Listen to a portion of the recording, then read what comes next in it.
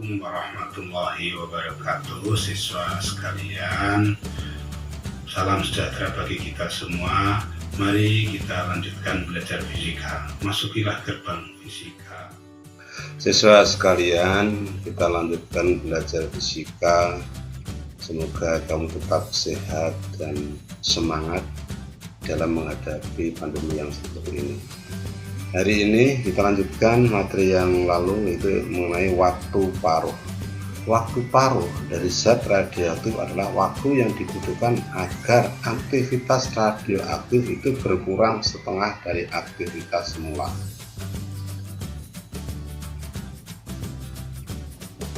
Artinya, waktu paruh dapat juga didefinisikan sebagai waktu yang dibutuhkan agar setengah dari inti radioaktif yang ada itu meluruh, sehingga kalau aktivitasnya tadi A itu menjadi setengah A0, setengah A0, sehingga persamaan aktivitasnya di situ menjadi setengah A0 E pangkat min lambda T. Ini dari persamaan aktivitas sebelumnya. Karena T waktu paruh itu, maka A0-nya dicoret semua, A0 dicoret, sehingga E pangkat min lambda T sama dengan setengah. Kedua persamaan di log natural. Kalau kamu sudah belajar di matematika apa itu log natural, bisa kamu tanyakan di matematika. Log yang menggunakan, yang log itu kan 10 loh, log 10 log berapa? Ini 10 bukan, tapi adalah 0,273, sehingga itu log natural. Nanti silakan di matematika bisa kamu tanyakan nanti di khusus, sehingga kita mendapatkan persamaan waktu paruh adalah sama dengan 0,693 per aktivitas. Tahapan aktivitas sudah dijelaskan pada pertemuan berikutnya. Jadi waktu ada 0,693 per aktivitas. Nah, kalau digambarkan secara grafik, waktu paruh itu adalah turunnya separuh-separuh. Jadi kalau tadinya 0, jadi setengah L0, dan jumlah paruhnya L0 menjadi setengah L0, dan ini menjadi seperempat L, dan nanti 1/8, 1/16, dan berikutnya. Setiap meluruh, setiap setengahnya itu menjadi seperti ini. Sehingga kalau ketika satu kali meluruh, banyak atom yang tersisa adalah setengah L0. Ketika dua kali meluruh, banyak atom tersisa adalah 1/4 L0. Kalau 3 kali meluruh, 3 waktu paruh 3 kali meluruh, maka banyak atom tersisa adalah 1/8 N0, sehingga setengah pangkat 3 N0. Nah, ketika kalau sampai N meluruh, maka banyak atom yang tersisa adalah N sama dengan setengah N pangkat N0. Ini di kimia sesungguhnya sudah, siswa sekalian, di kimia sudah, sehingga persamaan puluhan di atas dapat diubah menjadi dari N sama dengan setengah N besar sama dengan setengah pangkat N kecil kali N0, maka dapat diubah menjadi persamaannya N sama dengan setengah N pangkat N0 dengan N sama dengan T per T, sehingga menjadi persamaan seperti di atas, di kanan grafik ini yang di atas ini. Ini adalah pembuktian persamaan yang di kimia sudah kamu diajari oleh guru kimia, dan pernah diajari, tapi dibuktikan di fisika dengan cara konsep yang seperti ini. Jadi di fisika itu banyak membuktikan persamaan-persamaan ini salah satu contoh saja dapat dibuktikan seperti itu. Ini persamaan waktu di kimia.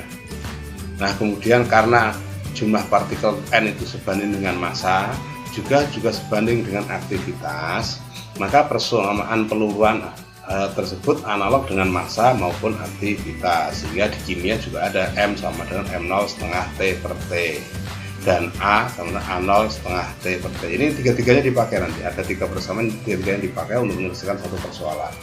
Jadi di sini adalah setengah T pangkat T, ini pangkat T itu waktu berjalannya peristiwa, T-nya adalah waktu paruh. M ya massa setelah meluruh, M0 adalah massa sebelum meluruh. Jadi sama dengan kimia, ini pembukti di fisika saja.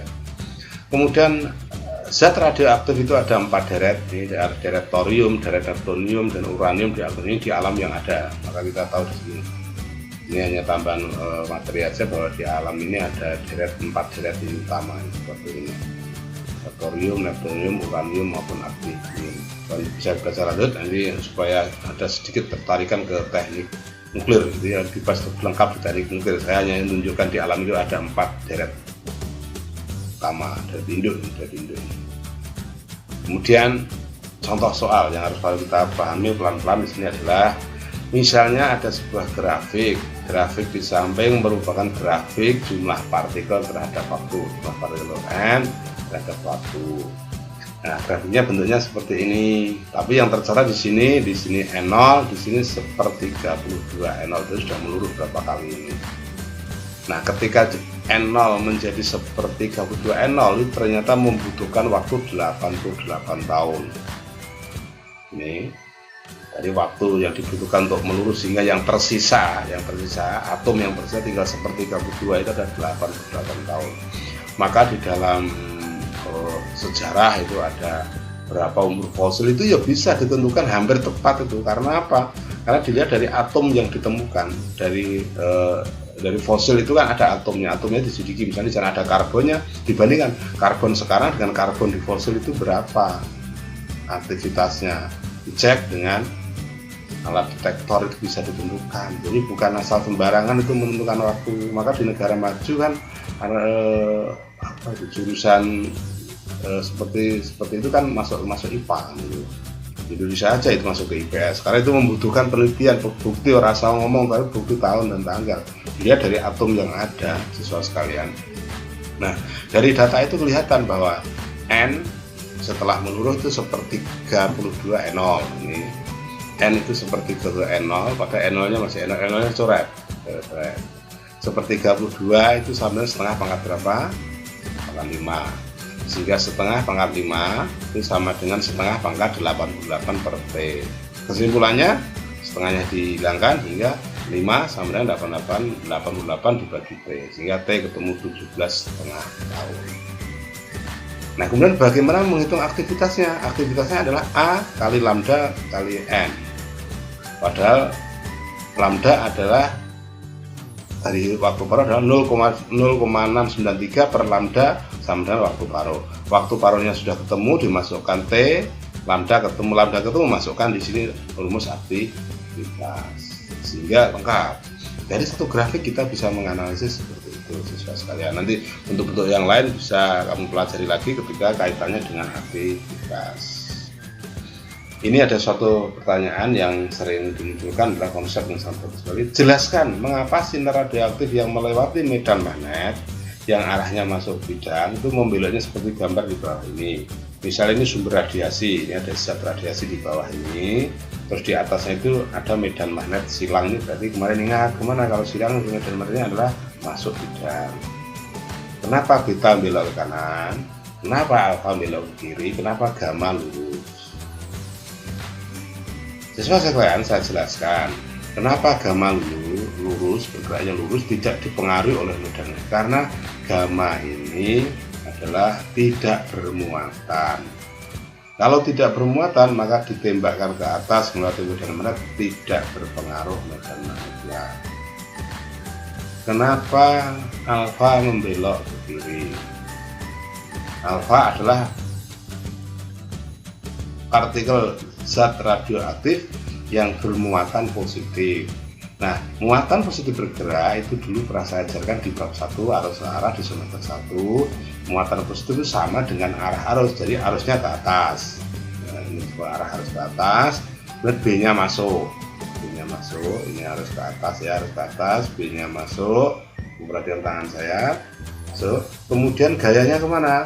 Kita pakai aturan ini kiri. Maka muncullah gaya magnet atau gaya Lorentz yang menyebabkan partikel itu aliran alfa itu bergerak ke kiri sehingga belok ke kiri. Bisa mengetahuinya dari mana? Start.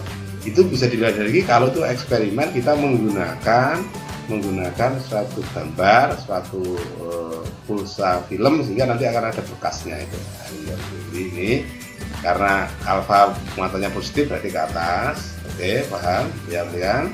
Medan magnetnya masuk bidang ke atas, maka F-nya ke kiri. Sebaliknya, kenapa beta membelok ke kanan? Beta adalah bermuatan negatif. Muatan negatif itu berarti berlawanan dengan arah arus listrik. Berarti prakteknya adalah begini. Arusnya ke bawah, B-nya masuk. Oke, coba kamu turunkan, B-nya masuk, maka F-nya ke kanan. Ke kanan berarti partikel beta akan membelok karena ada gaya itu membelok ke kanan.